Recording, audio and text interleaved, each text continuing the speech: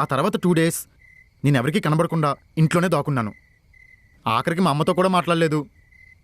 అమ్మ నన్నేం అడగొద్దు, నేనేం చెప్పను అని మా అమ్మ గట్టిగా చెప్పేశాను. దాంతో మా అమ్మ కూడా మాట్లాడడం మానేసింది. కానీ ఒకరోజు రాత్రి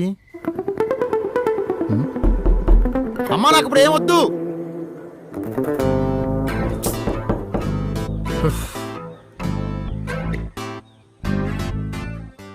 ఎన్నిసార్లు చెప్పాలమ్మా?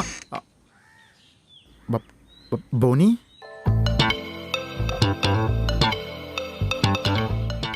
ఏంట్రా అస్సలు రెస్పాండ్ అవ్వట్లేదు? ఫోన్ కూడా స్విచ్ ఆఫ్ చేసి పెట్టుకున్నావు. బలిసిందా? నీకెలా చెప్పాలో అర్థం కావట్లేదు బోని. అర్థమయ్యేలా చెప్పు, వింటా. కాకపోతే నేను వినడానికి మాత్రమే రాలేదు. ఏరా మాటలు రావట్లేదా? మాట్లాడి ఇరుక్కోవడం నాకు ఇష్టం లేదు. మళ్ళీ ఏదైనా ఎదవ పని చేసావా? చిచి చేశాను. తెలుసురా నువ్వు తిన్నగా ఉండవని. ఏం చేసావు? పబ్లో కమ్మాయిని గోకాను. సెట్ అయిందా? ఇలాగే కొట్టింది. మంచిగా అయింది. అయినా దీనికి నా దగ్గర దాక్కుని తిరగాల్సిన అవసరం లేదు. నీ తోక వంకరని నాకు తెలుసు. ఇంకోసారి తోక జాడించావనుకో కట్ చేస్తా. అర్థమైందా?